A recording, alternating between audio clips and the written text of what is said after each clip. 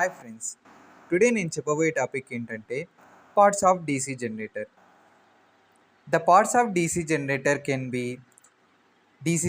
Can have the mainly 16 parts. అవేంటంటే eye bolt, yoke, pole core and pole shoes, field coils or pole coils, armature core, armature winding or armature conductors, commutator, interpoles, brushes and brush holders, bearings, shaft and pulley, cooling fan, end covers and terminal box and ventilating ducts and base plate. First of all మనకి DC generator అంటే ఏంటి? A DC machine is required to convert the electrical energy from one form to another form. DC machine అంటే converts the energy from one form to another form. అంటే ఒక DC machine అనేది ఇది energy conversion device అన్నమాట. Like ఒక form నుంచి ఇంకో ఫామ్కి ఎనర్జీని కన్వర్ట్ చేసేదాన్ని డీసీ మెషిన్ అంటాము. ఆ ఎనర్జీ కన్వర్షన్ అనేది ఎలా కన్వర్ట్ చేస్తుంది? A DC machine which converts the mechanical energy into electrical energy. ఒక డీసీ మిషన్ అనేది మెకానికల్ ఎనర్జీ నుంచి ఎలక్ట్రికల్ ఎనర్జీ కన్వర్ట్ చేస్తే దాన్ని డీసీ జనరేటర్ అంటాం. లేదు, అదే ఒక డీసీ మిషన్ అనేది ఎలక్ట్రికల్ ఎనర్జీని ఇన్పుట్గా తీసుకొని మెకానికల్ ఎనర్జీని అవుట్పుట్గా ఇస్తే దాన్ని డీసీ మోటార్ అంటామన్నమాట. ఏదైతే ఇన్పుట్గా మెకానికల్ ఎనర్జీ తీసుకుంటుందో అదనేది మనకు అవుట్పుట్గా ఎలక్ట్రికల్ ఎనర్జీ ఇస్తుంది. దాన్ని మనం డీసీ జనరేటర్ అంటాము. ఏదైతే ఇన్పుట్గా ఎలక్ట్రికల్ ఎనర్జీ తీసుకొని మనకు అవుట్పుట్ అనేది మెకానికల్ ఎనర్జీలో ప్రొవైడ్ చేస్తుందో దాన్ని డీసీ మెషిన్ అంటాము. ఈ ప్రిన్సిపల్ అనేది దేని మీద ఆధారపడి ఉంటుందంటే మనకు Faraday's loss of electromagnetic induction అనేది ఒక టాపిక్ ఉంది. అదేంటంటే Faraday's loss of electromagnetic induction states that whenever a current carrying conductor placed in a magnetic field, it produces the EMF in the conductors. Nothing but Faraday's loss of electromagnetic induction ఏమని చెప్తుందంటే ఒక current carrying కండక్టర్ని ఒక constant magnetic ఫ్లక్స్లో place చేసినప్పుడు లేదా variable magnetic ఫ్లక్స్లో place చేసినప్పుడు ఒక EMF some voltage force or potential difference or electromotive force అనేది ఆ కండక్టర్స్లో మనకి ఇండ్యూస్ అవుతుంది. ఏ conductor? Current carrying conductor variable magnetic ఫ్లక్స్లో పెట్టినప్పుడు మనకి ఈఎంఎఫ్ అనేది ఇండ్యూస్ అవుతుంది ఆ కండక్టర్స్లో. ఆ జనరేట్ అయిండే ఈఎంఎఫ్ని మనం అవుట్పుట్గా తీసుకుంటున్నాం. దాన్ని నథింగ్ బట్ డీసీ జనరేటర్ అంటున్నాం. ఇది డీసీ జనరేటర్ అంటే మనకి. ఇప్పుడు మనము డీసీ జనరేటర్స్లో ఏమేం పార్ట్స్ ఉంటాయి, మెయిన్ పార్ట్స్, దానిలో వేటితో తయారు చేస్తారు, ఎలాంటి ఇంజనీరింగ్ మెటీరియల్స్తో తయారు చేస్తారు, అలాగే ఆ పార్ట్స్ యొక్క వర్కింగ్ ఫంక్షన్ ఏందనేది నేను ఇన్ డీటెయిల్గా ఈ వీడియోలో మీకు చెప్తాను. వీడియో స్టార్టింగ్లో చెప్పుకున్నట్టు మనకి డీసీ మిషన్ యొక్క క్రాస్ సెక్షనల్ వ్యూ అదే డీసీ జనరేటర్ యొక్క క్రాస్ సెక్షనల్ వ్యూ అనేది ఇలాగుంటుంది. తర్వాత దాని పార్ట్స్ అనేది మనకు ఒకవేళ డీసీ జనరేటర్ని ఓపెన్ చేసి చూస్తే ఇవన్నీ ఉంటాయి. ఫస్ట్ ఆఫ్ ఆల్ ఏంటంటే ఐ బోల్ట్ తర్వాత మెయిన్ పోలు, తర్వాత interpoles, ball bearing coupling, shaft తర్వాత కార్బన్ బ్రషెస్, తర్వాత riser, cooling fan, bearing coupling, తర్వాత లాస్ట్లో అనేది మనకి ఎండ్ కవర్ వచ్చేస్తుంది అన్నమాట మెషిన్కి. తర్వాత బాల్ బేరింగ్స్, ఇది వచ్చేసి ఇట్ సైడ్ అన్నమాట. Ball bearings, commutator, base plate, yoke, ventilator and finally terminal box అనేది డీసీ మెషిన్ యొక్క పై భాగంలో ఉంటుంది.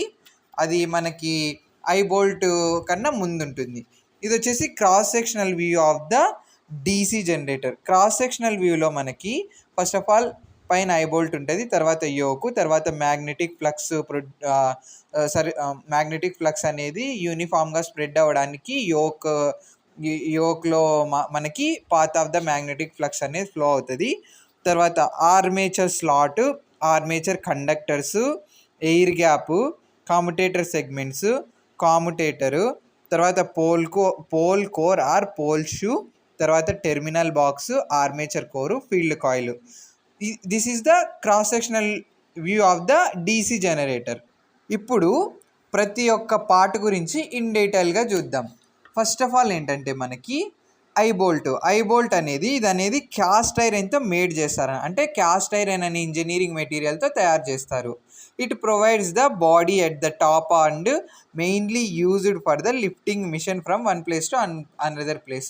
మనము నార్మల్గా పెద్ద పెద్ద ల్యాబ్స్లో కానీ లేదా పంప్ హౌస్లలో కానీ చూసినప్పుడు మనకి జనరేటర్స్ అనేవి ఉంటాయన్నమాట. దానిలో లిఫ్ట్ చేయడానికి మనకి ఒక పట్టుకోవడానికి ఒక బోల్ట్ లాగా ఏమన్నా ఉంటే ఈజీగా ఉంటుంది కదా, దాన్ని ఐ బోల్ట్ అంటామంటే అన్నమాట. దాన్ని క్యాస్ట్ ఐరన్తో మేడ్ చేస్తారు. ఇది అనేది మెషిన్ని కానీ జనరేటర్ని కానీ ఒక చోటు నుంచి ఇంకో చూడడానికి లిఫ్ట్ చేయడానికి యూస్ చేస్తాం. నెక్స్ట్ యోక్నే ఇంకో విధంగా మ్యాగ్నెటిక్ ఫ్రేమ్ అని కూడా అంటారు. The outermost cylindrical frame is called the yoke. మనకి యోక్ అనేది అవుటర్ మోస్ట్ సిలిండ్రికల్ ఫ్రేమ్.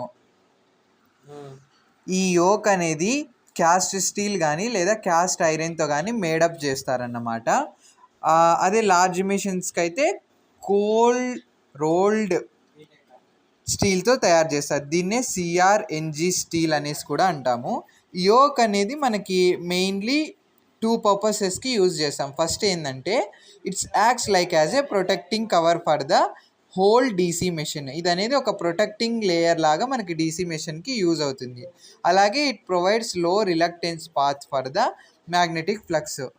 ఇక్కడ లో రిలక్టెన్స్ పాత్ అంటే ఏంటంటే నథింగ్ బట్ మ్యాగ్నెటిక్ ఫ్లక్స్ని అపోజ్ చేసే గుణాన్ని రిలక్టెన్స్ అంటామన్నమాట. ఆ రిలక్టెన్స్ అనేది తక్కువ ఉంటుంది యోక్కి, అందుకోసమనే మనము యోక్ అనేది యూస్ చేస్తాం. Next pole core or pole shoes. మనకి పోల్ షూస్ అనేటివి సిలికాన్ స్టీల్ థిక్ లామినేషన్స్ అనేటివి చేస్తామన్నమాట. Lamination is nothing but reduces the losses in DC machine. అంటే లామినేషన్ చేయడం అంటే ఒక ఐరన్ పీస్ని తీసుకుంటే దాన్ని స్లైసెస్గా కట్ చేస్తే మనకు చిన్న చిన్న స్లైడ్స్ అనేటివి వస్తాయన్నమాట. దీనిలో థిక్నెస్ అనేది 0.25 mm నుంచి 1 mm వరకు ఉంటుంది. The purpose of poll shoes వచ్చేసి ప్రొడ్యూసెస్ ద మ్యాగ్నెటిక్ ఫ్లక్స్. ఎప్పుడైతే మనము చూడండి ఇక్కడ పోల్ షూ అనేది ఇది వచ్చేసి పోల్ కోర్ అన్నమాట. ఈ పోల్ కోర్ అనేది దీని కింద వచ్చేసి మనకు పోల్ షూ ఉంటుందన్నమాట. ఈ పోల్ కోర్క్ అనేది మనం వైండింగ్స్ అనేటివి చూడతాం, లేకపోతే కొన్ని దాంట్లకి ఇన్బిల్టెడ్గా మనం లామినేట్ చేసేస్తామన్నమాట. పోల్ షూన్ అనేది లామినేట్ చేయడం వల్ల మనకి దాని లోపల ఉండే కండక్టర్స్ అనేది ఇవి సేమ్ లైక్ యాజ్ మనకి అనదర్ ఫ్లక్స్ అనేది మోర్ ప్రొడ్యూస్ అవ్వడానికి ఇలా చేస్తామన్నమాట. నార్మల్గా ఈ పోల్ కోర్ అనేది మనకి ఎప్పుడైతే సప్లై ఇస్తామో ఇది అనేది మ్యాగ్నెటిక్ ఫ్లక్స్ ప్రొడ్యూస్ చేసి ఈ పోల్ షూ అనేది యూనిఫామ్ మ్యాగ్నెటిక్ ఫ్లక్స్ అనేది ఆర్మేచర్ కండక్టర్స్ని స్ట్రైక్ అవ్వడానికి మనకి ఈ పోల్ షూ అనేది యూస్ చేస్తాం. లామినేషన్స్ అంటే ఇదిగోండి ఇలా ఒక ఐరన్ బార్ని లామినేట్ చేయడం అంటే స్లైసెస్గా కట్ చేసి అతికించడాన్ని లామినేషన్స్ అంటామన్నమాట. ఇలా లామినేట్ చేయడం ద్వారా పోల్ కోర్ని కానీ పోల్ షూని కానీ మన క్లాసెస్ అనేటివి రెడ్యూస్ చేయొచ్చు అన్నమాట. ఇవి మనకి పోల్ కోర్ కానీ పోల్ షూ గురించి complete detail description. Next armature core అనేది usually it is cylindrical in shape. ఇక్కడ చూసారా ఆర్మేచర్ కోర్ అనేది మనకు సిలిండ్రికల్ షేప్లో ఉంటుంది అన్నమాట. ఇది అనేది మనకి ఏంటంటే ఆర్మేచర్ కోర్ అనేది సిలిండ్రికల్ షేప్లో and made up of high permeability silicon steel stamping or laminations. ఇది అనేది సిలికాన్ స్టీల్తో మేడప్ చేస్తారన్నమాట. The function of the armature core ఏంటంటే it houses the conductors in the slots. ఇక్కడ ఉన్నాయి చూసారా ఇవనేటివి స్లాట్స్ అన్నమాట. ఈ స్లాట్స్లో మనం ఆర్మేచర్ కండక్టర్స్ అనేది ప్లేస్ చేస్తాం, దానికి ఆర్మేచర్ కోర్ని యూజ్ చేస్తాం. It provides A path of లో reluctance unto to the magnetic flux. మీకు ఆల్రెడీ నేను పోల్ షూస్లో ఇది యోక్లో చెప్పాను. It provides the low reluctance path for the magnetic flux. లో రిలక్టెన్స్ పాత్ అంటే మ్యాగ్నెటిక్ ఫ్లక్స్ని అపోజ్ చేసే గుణం అన్నమాట. ఈ ఆర్మేచర్ కోర్ కూడా లో రిలక్టెన్స్ పాత్ అనేది మ్యాగ్నెటిక్ ఫ్లక్స్కి చేస్తుందన్నమాట. దానివల్ల మనకి ఫ్లక్స్ అనేది ఎక్కువగా సర్క్యులేట్ అవుతాయి మిషన్లో. ఎంత మ్యాగ్నెటిక్ ఫ్లక్స్ ప్రొడ్యూస్ అయితే అంత EMF అనేది మనకి ఆర్మేచర్ కండక్టర్స్లో ప్రొడ్యూస్ అవుతుంది. ఇది వచ్చేసి ఆర్మేచర్ కోర్ గురించి. Next armature winding is nothing but the winding placed in the armature conductors are cylindrical armature. The armature windings are mainly two types. They are first ring winding and drum winding. The drum winding further be classified into two types. One is the lap winding and another one is the wave winding. నేను దీనిల గురించి ఇంకా పూర్తిగా explain చేయడానికి ఇంకో video చేస్తాను lap winding గురించి, wave winding గురించి, ఎందుకంటే ఇవి చాలా ఇంపార్టెంట్ టర్మ్స్ అన్నమాట. తర్వాత ఈ వైండింగ్స్ అనేటివి మనకు మెయిన్లీ కాపర్ అనేది యూజ్ చేస్తాడు. కాపర్ ఎందుకంటే కాపర్ అనేది బెస్ట్ కండక్టింగ్ మెటీరియల్. ఎందుకు కాపరే యూజ్ చేయాలి, అల్యూమినియం యూజ్ చేయకూడదు అంటే అల్యూమినియం అయినా యూజ్ చేయొచ్చు, అది కూడా కండక్టింగ్ మెటీరియలే. బట్ మనకి డీసీ జనరేటర్లో ఎక్కువ ఫ్లక్స్ ప్రొడ్యూస్ చేసేది, ఎక్కువ కరెంట్ కండక్టింగ్ మెటీరియల్ అంటే as compare to copper aluminium, copper అనేది మనకు బెస్ట్ కండక్టర్. అలాగే మ్యాలరబిలిటీ అంటే ఒక ఒక మెటల్ని ఎంత థిన్గా చేయగలుగుతామో, అంటే దాని యొక్క ఒక మెటీరియల్ని ఎంత తక్కువ సైజు ఫ్లెక్సిబుల్గా తీసుకురాగలుగుతామో అది అనేది కాపర్కి ఎక్కువ ఉంటుంది అన్నమాట. అల్యూమినియం అనేది మ్యాలరబిలిటీ తక్కువ ఉంటుంది. అందుకే కాపర్ని మెయిన్గా ఈ వైండింగ్స్ కోసం యూజ్ చేస్తాము. తర్వాత commutator is the heart of the DC machine నన్ను అడిగితే. ఎందుకంటే మనకి డీసీ జనరేటర్ అనేది first of all it is a alternating current machine. అంటే ఈ డీసీ జనరేటర్ ప్రొడ్యూస్ చేసే కరెంట్ ఆర్ ఈఎంఎఫ్ ఏదైతే ఉందో అది అనేది మనకి AC current or AC voltage, ఆ జనరేట్ అయిండే ఆల్టర్నేటింగ్ వోల్టేజ్ని మనకి డీసీగా కన్వర్ట్ చేసి ఇచ్చేదే ఈ commutator. It is a most important part of the DC machine. And the commutator is of cylindrical in shape and it is made up of wedge shaped segments and high conductivity hard drawn కాపర్తో మనకి దీని అనేది made చేస్తారు. The segments are insulated from each other by thin sheet of mica. ఈ commutator సెగ్మెంట్లో ఈ segments ఉన్నాయి చూసారా కాముటేటర్లో, ఈ సెగ్మెంట్స్ అనేటివి థిన్ షీట్స్ ఆఫ్ మైకాతో సపరేట్ చేస్తారు ఈ సెగ్మెంట్స్ని. ఇది వచ్చేసి మనకి కాముటేటర్ అన్నమాట. కాముటేటర్ యొక్క మెయిన్ పర్పస్ ఏంటంటే it converts the alternating torque into the unidirectional torque produced in the armature motor action. Next brushes and brush holders. మనకు బ్రషెస్ యొక్క మెయిన్ ఫంక్షన్ ఏంటంటే డీసీ జనరేటర్లో brushes are the devices which are used to collect the current from the DC generator. మనకి commutator దగ్గర ఏదైతే alternating current or alternating voltage produce అవుతుందో దాన్ని కాముటేటర్ అనేది ఏసీ టు డీసీ కన్వర్ట్ చేసి మనకి అవుట్పుట్గా ఇస్తుంది. ఆ కాముటేటర్ సెగ్మెంట్స్ నుంచి వచ్చే ఆ డీసీ పవర్ని, నథింగ్ బట్ డీసీ వోల్టేజ్ని మనం తీసుకోవాలి కదా అవుట్పుట్గా. అక్కడ ఈ బ్రషెస్ అనేటివి మనం ప్లేస్ చేస్తామన్నమాట. ఈ బ్రషెస్ యొక్క మెయిన్ ఫంక్షన్ అయితే to collect the current from the commutator segments దగ్గర కరెంట్ అనేది కలెక్ట్ చేస్తాయి. ఈ బ్రషెస్ యొక్క వేటితో తయారు చేస్తారంటే carbon brushes, graphite brushes, copper brushes, carbon graphite brushes అంటే మెటల్ గ్రాఫైట్ బ్రషెస్. మనకు మోస్ట్లీ యూజ్ చేసేటి వచ్చేసి డీసీ జనరేటర్స్లో carbon brushes and copper brushes. Carbon వచ్చేసి high resistive material, but it is a best conducting material also when we combined with the graphite. And also copper brushes are the most popularly used in DC generators or DC motors. The main function of brush is to collect the current from the commutator and supply to the external load circuit.